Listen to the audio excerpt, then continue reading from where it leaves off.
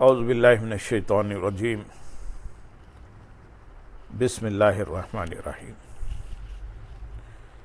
برادران عزیز و معزز خواتین، آج کی ہماری یہ نشست پچھلی دو نشستوں کا تسلسل ہے، جس میں ہم روزہ اور اعتکاف سے متعلق مسائل بیان کر رہے ہیں۔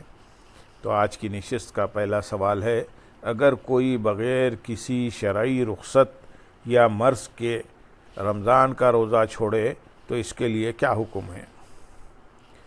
جواب، رمضان المبارک وہ مہینہ ہے جس میں اللہ رب العزت کی خاص رحمتیں اور برکتیں نازل ہوتی ہیں، دعاؤں کو شرف قبولیت ملتا ہے، علاوہ ازیں دنیاوی اور روحانی فیوضات بھی اللہ کی رحمت کا حصہ ہیں جو انسان کو صرف روزے کی وجہ سے حاصل ہوتے ہیں۔ وہ شخص بد نصیب ہے جو بغیر کسی شرعی رخصت یا مرض کے روزہ چھوڑ کر اس کی رحمت سے محروم ہو جائے۔ ایسے شخص کے بارے میں حضرت ابو ہریرہ رضی اللہ تعالیٰ عنہ سے مروی حدیث مبارکہ میں ہے کہ حضور نبی اکرم صلی اللہ علیہ وسلم نے فرمایا، جو شخص بغیر شرعی رخصت اور بیماری کے رمضان کا روزہ چھوڑ دے تو چاہے پھر وہ زندگی بھر روزے رکھتا رہے، وہ اس رمضان کے روزے کا بدل نہیں ہو سکتے۔ فقہا کے نزدیک جس نے روزے کی حالت میں جان بوجھ کر کھا پی لیا، اس پر قضا اور کفارہ دونوں واجب ہیں۔ سوال، شرع کی روح سے حالت بیماری میں روزہ توڑنے کا کیا حکم ہے؟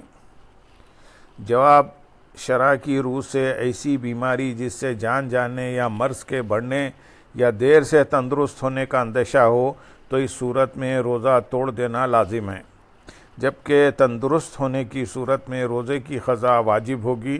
قرآن حکیم میں اللہ تعالیٰ نے فرمایا، اور جو کوئی بیمار ہو یا سفر پر ہو تو دوسرے دنوں کے روزوں سے گنتی پوری کرے۔ اللہ تمہارے حق میں آسانی چاہتا ہے اور تمہارے لیے دشواری نہیں چاہتا، اور اس لیے کہ تم گنتی پوری کر سکو، اور اس لیے کہ اس نے تمہیں جو ہدایت فرمائی ہے اس پر اس کی بڑائی بیان کرو، اور اس لیے کہ تم شکر گزار بن جاؤ۔ سوال، کیا کثرت ضعف یا بیماری کے باعث وقت سے پہلے روزہ افطار کرنا جائز ہے؟ جواب، کثرت ضعف یا بیماری کے باعث جس میں یہ اندیشہ ہو کہ اگر روزہ باقی رکھا تو بیماری یا ضعف بڑھ جائے گا، یا یہ ڈر ہے کہ بیماری سے جلد آرام آئے گا، تو اس صورت میں روزہ وقت سے پہلے افطار کر لینا جائز ہے، جس کی بعد ازاں قضا لازم ہوگی۔ سوال، فدیہ کسے کہتے ہیں؟ جواب، ایسا مسلمان مرد یا عورت جو بڑھاپے یا کسی ایسی بیماری جس کی وجہ سے روزہ رکھنے سے عاجز ہو اور یہ عجز دائمی ہو، ایسی صورت میں ہر روزے کے بدلے میں ایک مسکین کو کھانا کھلانا فدیہ کہلاتا ہے، اور فدیہ میں فقراء کی تعداد شرط نہیں۔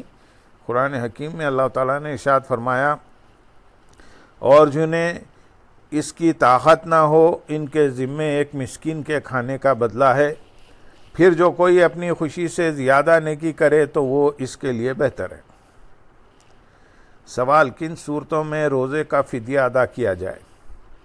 جواب، شرع کے مطابق اگر کوئی شخص بڑھاپے، کمزوری یا بیماری کے بعد سال بھر میں کسی بھی وقت روزہ رکھنے کے قابل نہ ہو اور اسے آئندہ زندگی میں بھی روزہ رکھنے کی استطاعت کی امید نہ ہو تو اس صورت میں اسے روزے کا فدیہ ادا کرنا ہوگا، لیکن معمولی بیماری کی وجہ سے رمضان کا روزہ قضا کرنا اور یہ خیال کرنا کہ پھر قضا رکھ لیں گے یا فدیہ ادا کر کے یہ سمجھنا کہ روزے کا حق ادا ہو گیا، درست نہیں۔ رمضان کا روزہ اسی صورت میں چھوڑے جب واقعی روزے رکھنے کی سکت نہ ہو۔ سوال، روزے کا فدیہ کیا ہے؟ جواب، روزے کا فدیہ یہ ہے کہ ہر روزے کے بدلے ایک محتاج کو 2 وقت کا کھانا کھلایا جائے، یا 2 کلو گرام گیہوں یا 4 کلو گرام جو یا غلے کی قیمت بھی دی جا سکتی ہے۔ فدیہ فی روزہ صدقہ فطر کے برابر ہے۔ سوال، مرنے والے کے ذمے فرض یا واجب روزہ ہو تو اس کی طرف سے روزہ قضا کرنے کا کیا حکم ہے؟ جواب، مرنے والے کے ذمے اگر فرض یا واجب روزہ ہو اور اسے اپنی حیات میں قضا کا موقع میسر نہ آیا ہو، علاوہ ازیں وہ مالدار بھی ہو، تو جتنے روزے رہ گئے ہوں اتنے روزوں کے فدیے کی وصیت کر جائے تاکہ اس کے مال سے فدیہ ادا کر دیا جائے۔ اس وصیت پر عمل واجب ہوگا۔ اگر وصیت نہیں کی تو ورثہ اپنی طرف سے فدیہ ادا کر دیں تو بھی فدیہ ادا ہو جائے گا۔ فدیہ فی روزہ صدقہ فطر کے برابر ہے۔ حضرت ابن عمر رضی اللہ تعالیٰ عنہ روایت کرتے ہیں کہ رسول اللہ صلی اللہ علیہ وسلم نے فرمایا، جو شخص فوت ہو جائے اور اس کے ذمے 1 ماہ کے روزے ہوں تو اس کے ہر روزے کے بدلے میں 1 مسکین کو کھانا کھلایا جائے۔ لیکن اگر مرنے والا مالدار نہ تھا اور اس کے ورثہ بھی فدیہ ادا کرنے کی سخت ادا نہ کر سکیں تو اللہ تعالیٰ معاف فرمانے والا مہربان ہے۔ سوال، بھول کر کھانے پینے کے بعد اگر روزہ توڑ دیا تو اس کے بارے میں کیا حکم ہے؟ جواب، بھول کر کھانے پینے کے بعد یہ گمان کیا کہ روزہ ٹوٹ گیا اور قصداً کھا پی لیا تو صرف قضا لازم ہے۔